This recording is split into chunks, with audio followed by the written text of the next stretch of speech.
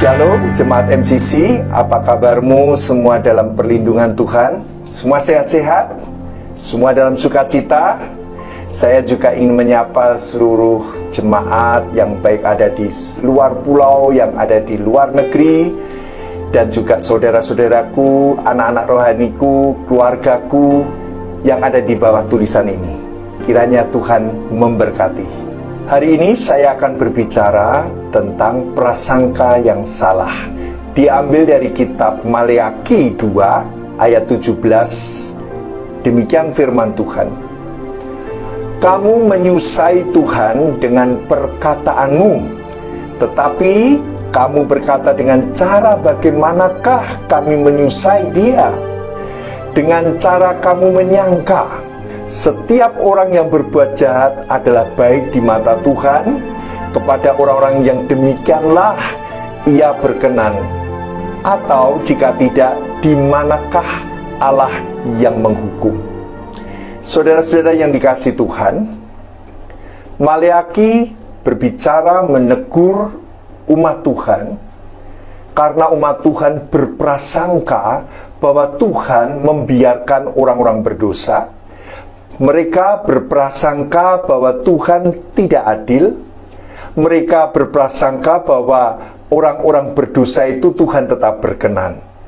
Saudaraku yang dikasihi Tuhan, saudara-saudaraku yang dikasihi Tuhan, ayat ini berbicara mengenai sebuah kenyataan bahwa orang fasik kerap kali makmur hidupnya dan sejahtera hidupnya. Dan ini menjadi batu sandungan bagi orang-orang yang percaya atau orang-orang saleh, saudaraku. Karena mereka selalu terus berpikir kapan Tuhan membalas atau menghukum mereka. Saudara-saudaraku yang dikasihi Tuhan, perasaan pemikiran seperti ini tidak enak, saudaraku.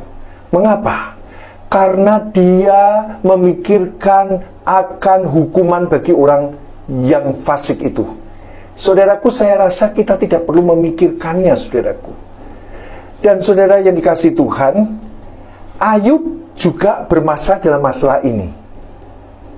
Juga Daud di dalam Fatsal Mazmurnya, Fatsal yang ke-37 dan 73, orientasinya berbicara tentang masalah ini. Masalah di mana orang-orang yang berbuat jahat seolah-olah dibiarkan Tuhan. Bahkan orang-orang yang berbuat curang itu membuat iri hati. Dan juga saudaraku, Daud mengatakan orang-orang yang berhasil dalam hidupnya adalah orang-orang yang justru melakukan tipu daya terhadap orang lain. Nah saudaraku, ini yang membuat Daud jadi berprasangka dan berpikir seperti apa yang dituliskan pada kitab Maleakhi ini. Dalam Mazmur 73, Daud juga lagi berbicara mengenai sebuah kecemburuan terhadap pembual-pembual, mengenai orang-orang fasik yang mujur hidupnya, dan bahkan tidak ada sakit dalam hidup mereka, badannya sehat, gemuk, saudaraku, bahkan dikatakan mereka tidak mengalami kesusahan manusia, dan mereka tidak kena tulah seperti orang lain.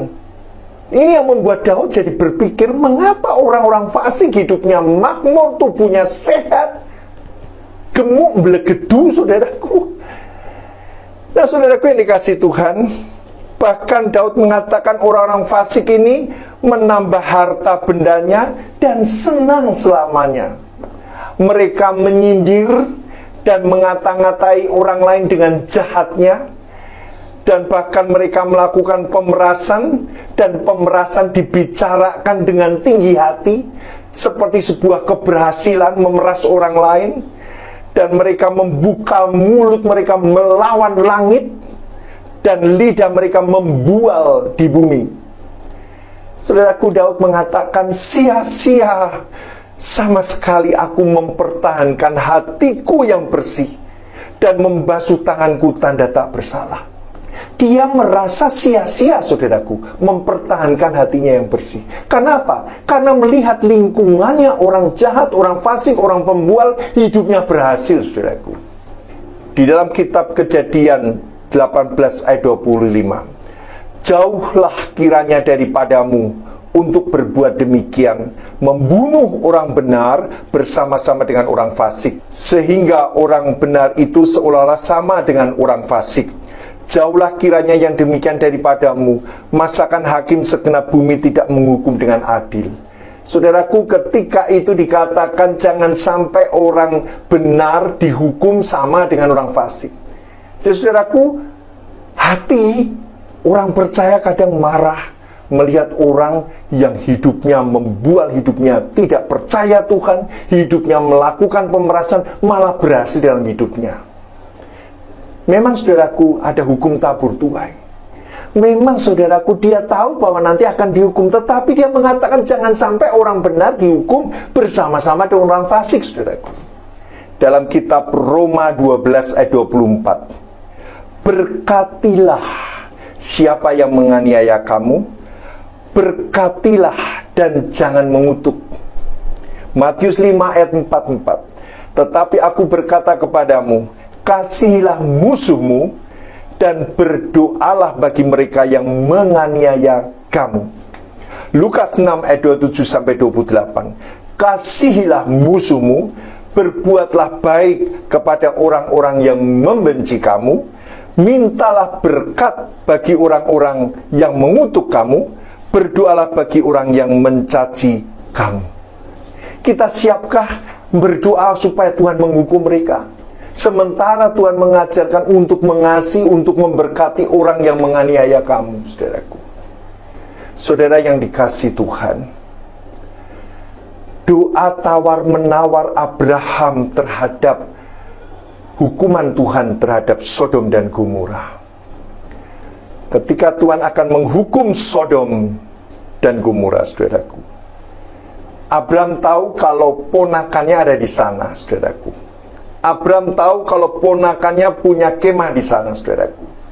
Dan ketika Tuhan berbicara kepada Abraham akan menghukum Sodom, Abraham berbicara kepada Tuhan ketika Tuhan katakan kalau ada 50 orang benar tidak akan dihukum. Lalu Abraham katakan, Tuhan kalau 45. Dan sekali lagi dia katakan dengan memohon kepada Tuhan, Tuhan seandainya ada 40 orang, Tuhan katakan aku tidak menghukum. Tuhan minta maaf kalau 30, aku tidak menghukum. Kalau 20, dan terakhir kalau 10. Saudaraku, Abraham ingat ponakannya Lut mempunyai istri dan mempunyai 2 orang anak. Tetapi dia berpikir, mengapa Abraham berbicara 10 orang? Karena Abraham percaya bahwa Lut hidupnya pasti berdampak bagi orang Sodom. Lut hidupnya pasti kebenarannya akan memberikan dampak kepada orang Sodom. Makanya bukan hanya 4, tetapi siapa tahu Lut bisa memenangkan jiwa orang Sodom sehingga ada 10 orang. Saudaraku, tetapi Tuhan tidak menjawab. Dan kenyataannya tidak ada yang demikian, saudaraku. Bahkan calon mantunya tinggal di rumah Lut. Tetapi saya mau katakan kepada saudara, doa Abraham, karena dia tahu bahwa seharusnya orang percaya hidupnya berdampak. Maka Abraham ketika berkata kepada Tuhan, Tuhan seandainya ada 45, 40, 30, 20, 10, karena dia percaya Lut harus berdampak hidupnya bagi orang Sodom. Tidak hanya keluarganya melulu, tetapi berdampak. Saudaraku, kenyataannya tidak ada. Dalam kitab 2 Petrus 2 ayat 7-8 membicarakan bagaimana Tuhan menyelamatkan Lut. Dikatakan demikian, tetapi ia menyelamatkan Lot, orang yang benar, yang terus-menerus menderita oleh cara hidup orang-orang yang tidak mengenal hukum. Hukum di sini firman Tuhan, saudaraku. Dan yang hanya mengikuti hawa nafsu mereka saja. Sebab orang benar ini tinggal di tengah-tengah mereka dan setiap hari melihat dan mendengar perbuatan-perbuatan mereka yang jahat, sehingga jiwanya benar-benar tersiksa. Saudaraku, orang benar hidup di lingkungan orang berdosa, jiwanya tersiksa. Setiap hari mendengar, melihat perbuatannya yang kotor, jiwanya tersiksa. Saudaraku, kita jangan mengatakan melihat dosa itu biasa. Kita jangan mengatakan saya tahu kok dosa itu. Seharusnya saudara harus tersiksa. Mengapa tersiksa? Karena Lot seharusnya memberitakan kebenaran kepada orang-orang di sekitarnya. Penderitaan itu datang ketika dia berbicara kebenaran. Karena akan ada lawan di dalam kebenaran, akan ada kebencian terhadap kebenaran, akan ada bantahan terhadap kebenaran. Dan Lot menderita, saudaraku.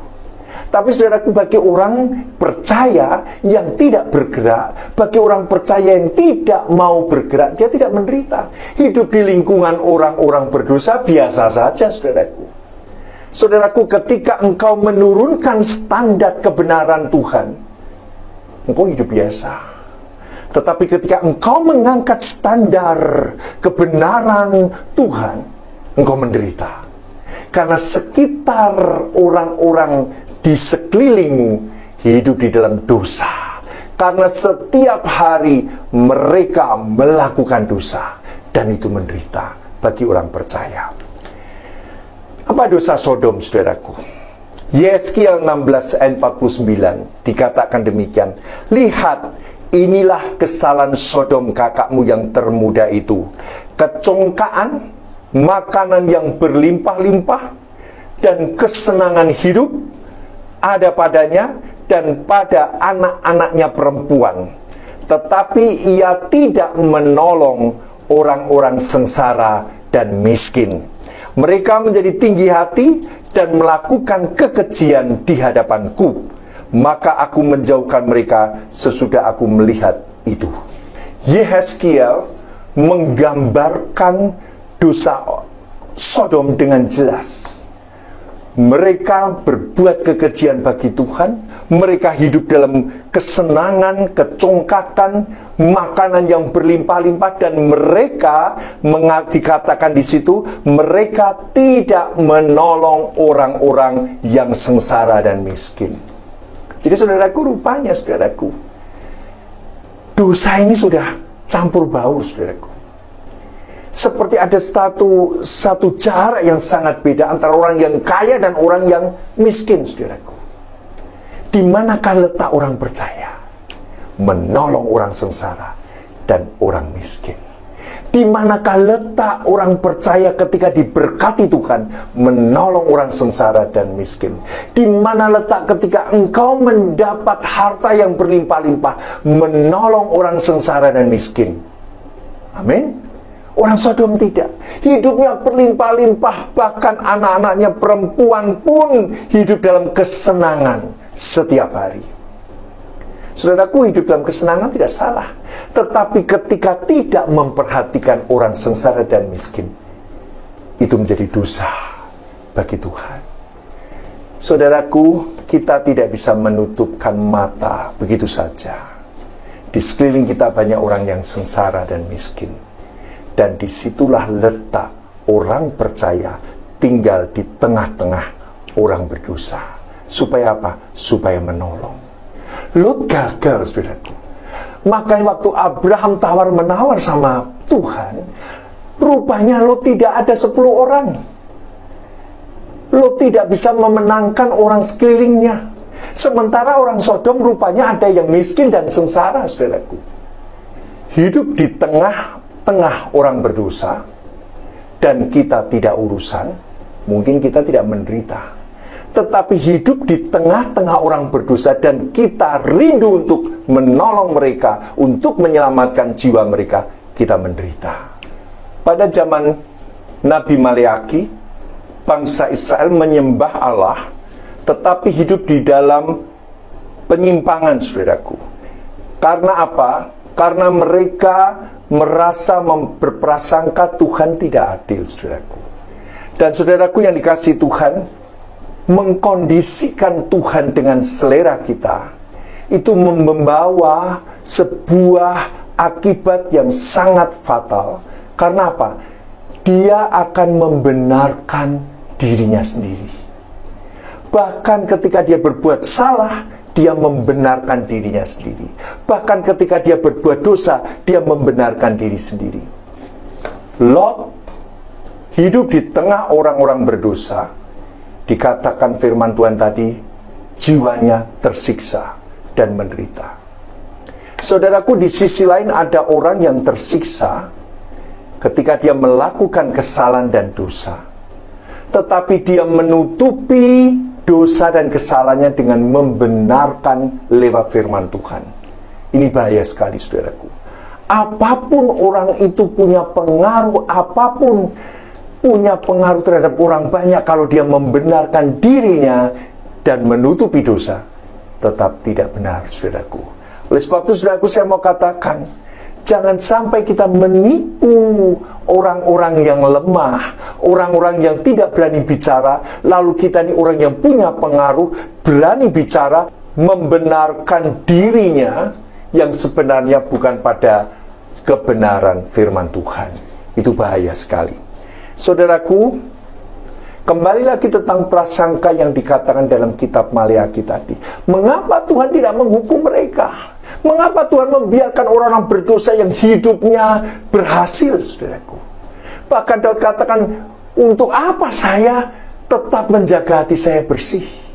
Saudaraku, saya mau katakan, Tuhan merangkul orang-orang yang berdosa supaya mereka bertobat. Petrus ditolong oleh Tuhan dalam kehidupannya, dirubah oleh Tuhan secara radikal oleh Tuhan, menjadi orang yang dipakai Tuhan luar biasa. Paulus pun demikian. Oleh sebab itu, saudaraku, kita harus tahu bahwa sebenarnya kita harus hidup berdampak bagi orang lain. Kita harus merangkul orang-orang yang di dalam keadaan hidup dalam dosa. Saudaraku, apabila kita memulai dengan prasangka yang tidak baik terhadap Tuhan, bagaimana kita dapat mengerti tujuan hidup kita, saudaraku? Roma 12 ayat 19. Saudara-saudaraku yang kekasih, janganlah kamu sendiri menuntut pembalasan, tetapi berilah tempat kepada murka Allah, sebab ada tertulis, pembalasan itu adalah hakku, akulah yang akan menuntut pembalasan. Artinya, saudaraku, engkau pun tidak perlu berdoa untuk supaya orang yang berbuat dosa ini dihukum oleh Tuhan. Biar Tuhan saja yang menghukum, dan itu bukan kita. Kita mendoakan supaya orang itu bertobat, menjadi orang yang takut akan Allah. Itu yang lebih baik, saudaraku. Sebenarnya, saudaraku, dalam Mazmur 37 dikatakan bahwa orang-orang jahat itu nantinya akan lisut seperti rumput dan layu seperti tumbuh-tumbuhan hijau. Artinya Tuhan sudah menunjukkan bahwa orang yang jahat itu akan lisut, akan hilang, saudaraku, akan kering, saudaraku. Dikatakan Mazmur 37 ayat 10, karena sedikit waktu lagi maka lenyaplah orang fasik. Jika engkau memperhatikan tempatnya, maka ia sudah tidak ada lagi. Jika engkau memperhatikan tempatnya, mereka sudah tidak ada lagi. Artinya apa, saudaraku? Sebetulnya tidak usah hidup kita hanya terus memikirkan orang berdosa, kapan jatuhnya, kapan bangkrutnya, kapan celakanya. Tidak usah, saudaraku. Karena ketika kita tidak lihat, lalu kita lihat tiba-tiba tempatnya sudah tidak ada lagi, saudaraku. Hukum alam itu mengerjakan. Hukum tabur tua itu mengerjakan, saudaraku. Orang yang jahat pasti akan ditimpa kejahatan. Saudaraku, kembali lagi, orang percaya harus punya prasangka yang baik. Kembali lagi, saya katakan dari kitab Maleakhi 2 ayat 17, kamu menyusahai Tuhan dengan perkataanmu, tetapi kamu berkata, dengan cara bagaimanakah kami menyusahai Tuhan? Dengan cara kamu menyangka setiap orang yang berbuat jahat adalah baik di mata Tuhan.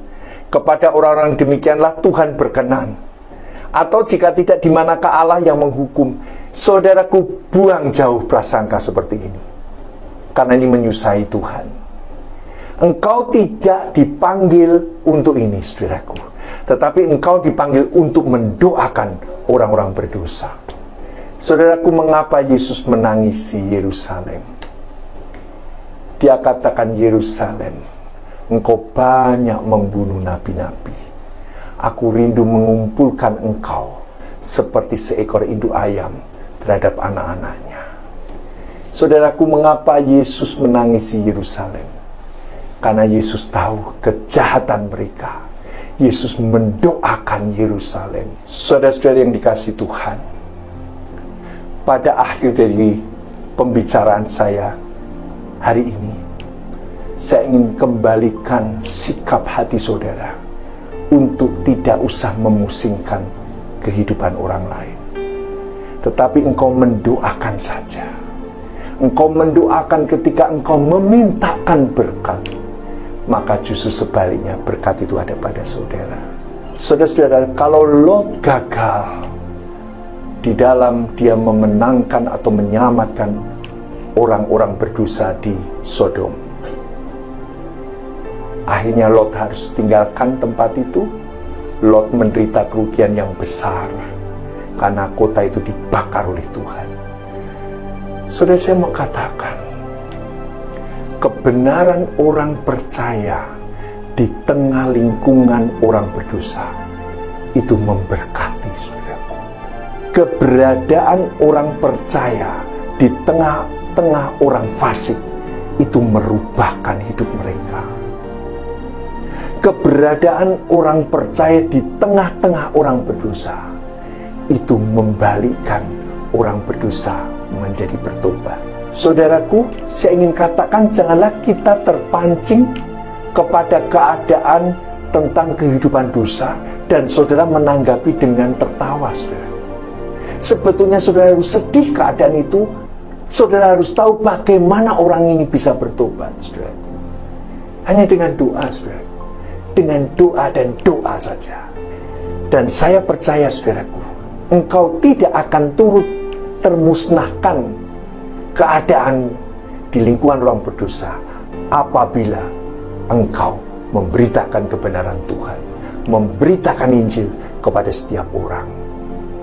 Tuhan memberkati saudara, dan saya rindu ini boleh menjadi suatu sikap yang baru dalam hidup saudara untuk terus bertumbuh, untuk melakukan misi Injil bagi segenap orang yang ada di sekeliling saudara. Tuhan memberkati. Bye. Salam misi Injil.